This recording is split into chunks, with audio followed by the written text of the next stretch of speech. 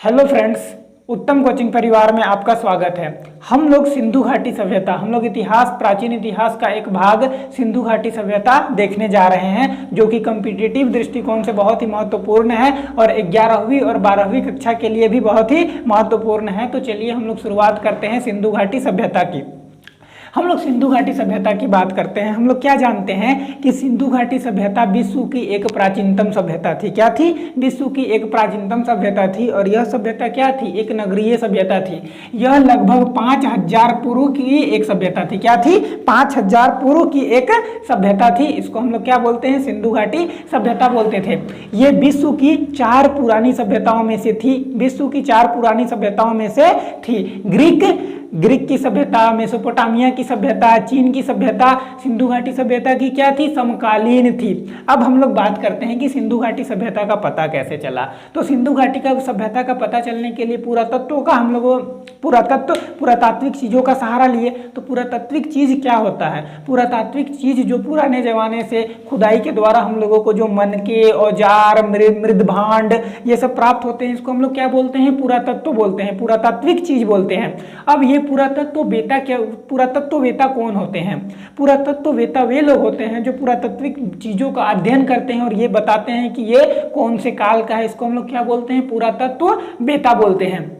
अब हम लोग देखते हैं कि सिंधु घाटी सभ्यता का कैसे पता चला। तो हम लोग देखते हैं सिंधु घाटी सभ्यता का कैसे पता चला।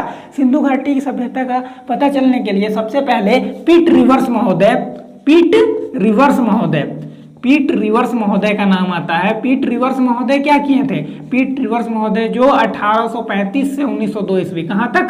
1835 से 1902 ईस्वी तक थे। उन्होंने क्या किया था? उन्होंने समय का निर्धारण के लिए, काल का निर्धारण के लिए स्तरीकरण का सिद्धांत लाया था। क्या लाया था? स्तरीकरण का सिद्धांत लाया था। स्तरीकरण का सिद्धांत लाया था। स्तरीकरण का सिद्धांत क्या होता है? जब हम किसी पुरातात्विक जगह की खुदाई करते हैं तो कैसे खुदाई करते हैं? लंबवत खुदाई करते हैं, गहराई की तरफ खुदाई करते हैं। और जितना गहरा में जितना वस्तु जितनी गहराई पे पाई जाती है वो क्या होता है? उतना ही पुराना होता है। इसको हम लोग क्या बोलते हैं? काल स्तरीकरण का सिद्धांत। क्या बोलते हैं? काल स्तरीकरण का सिद्धांत बोलते हैं।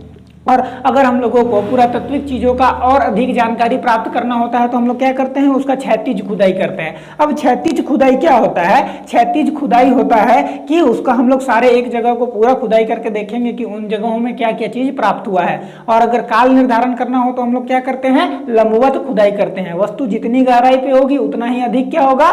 पुराना होगा। अब हम लोग आगे की बात करते हैं। आगे क्या बात करेंगे हम लोग?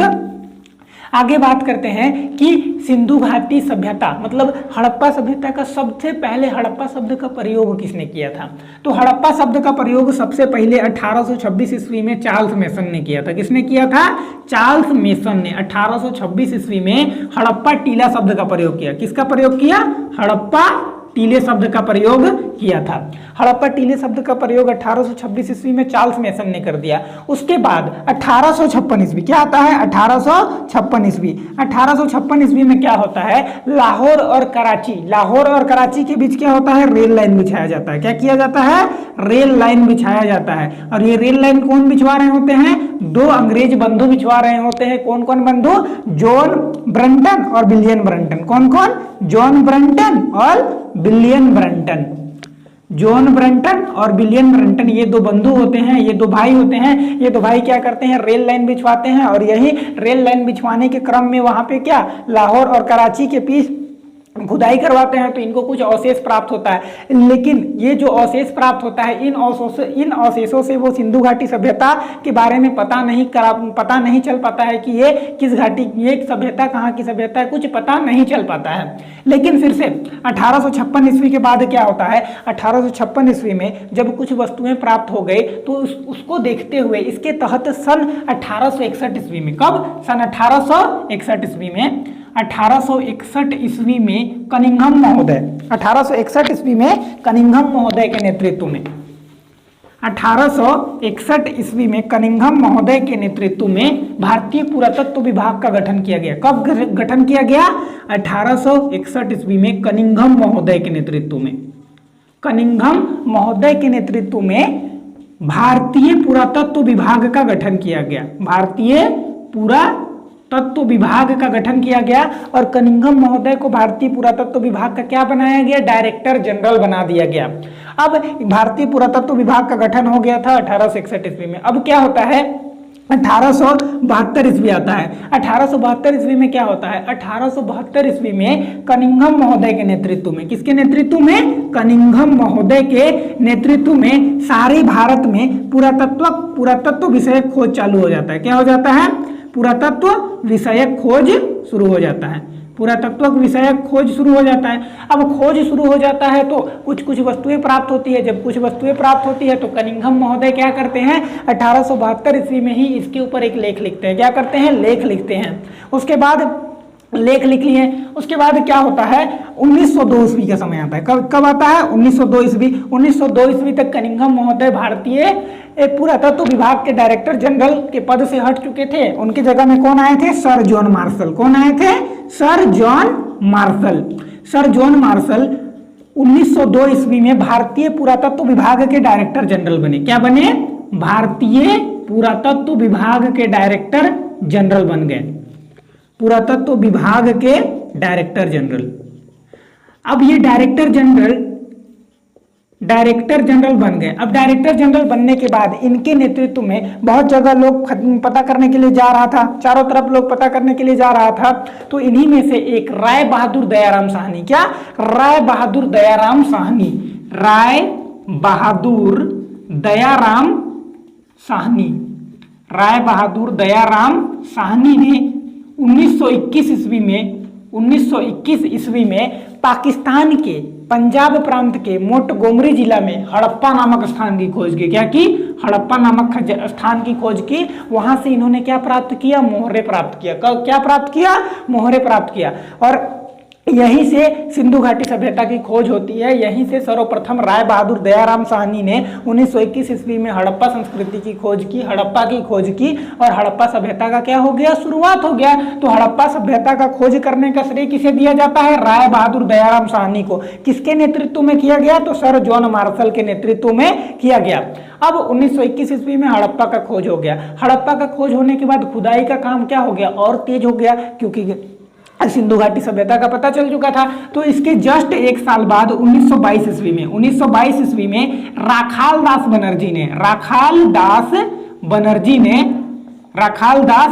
बनर्जी ने पाकिस्तान के ही सिंध प्रांत के लरकाना जिला में मोहनजोदाड़ो की खोज की। किसकी खोज की, मोहनजोदड़ो की खोज की, मोहनजोदड़ो की खोज की। और मोहनजोदड़ो कहाँ था, तो पाकिस्तान के सिंध प्रांत के लरकाना जिले में किस नदी के किनारे, सिंधु नदी के किनारे स्थित था। मोहनजोदड़ो की खोज हो गई। अब देखिए 1921 ईस्वी में हड़प्पा का खोज हो गया, 1922 ईस्वी में मोहनजोदड़ो का खोज हो गया। हड़प्पा का खोज राय बहादुर दयाराम साहनी किए थे, जबकि मोहनजोदड़ो की खोज किसने की थी, राखाल दास बनर्जी जी थे। अब ये दोनों शहर का खोज होने के बाद 1924 ईस्वी का काल आता है। क्या आता है, 1924 का काल आता है। 1924 ईस्वी में भारतीय पुरातत्व विभाग के डायरेक्टर जनरल कौन थे, सर जॉन मार्शल थे। सर जॉन मार्शल क्या कर दिए, सर जॉन मार्शल सारे विश्व के सामने, पूरे विश्व के सामने एक नवीन संस्कृति, पूरे विश्व के सामने एक नवीन संस्कृति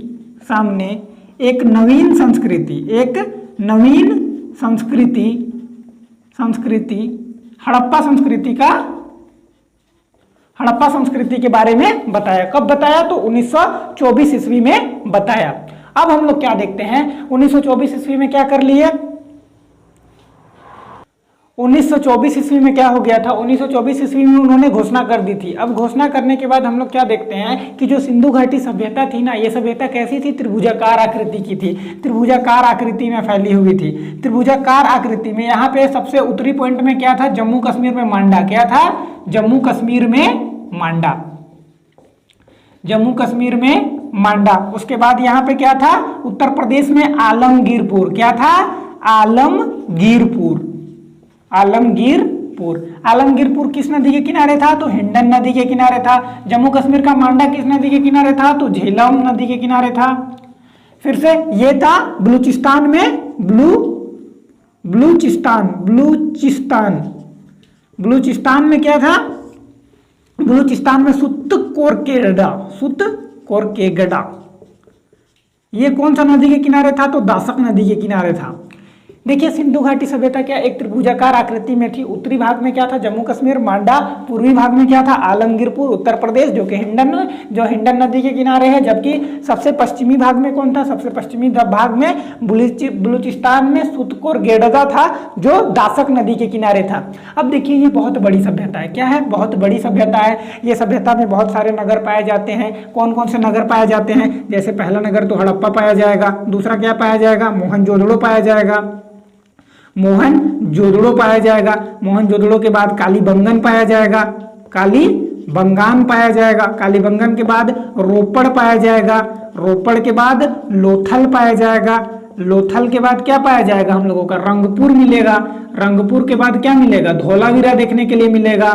धौलावीरा देखने के लिए मिलेगा। आलमगीरपुर मिलेगा। सुरकोदड़ा देखने के लिए मिलेगा। ऐसे बहुत से छोटे छोटे नगर हम लोगों को देखने के लिए मिलते हैं सिंधु घाटी सभ्यता में। मतलब कि सिंधु घाटी सभ्यता क्या थी? एक बहुत ही विस्तृत सभ्यता थी। और हम लोग क्या जानते हैं? सिंधु घाटी सभ्यता एक नगरीय सभ्यता थी।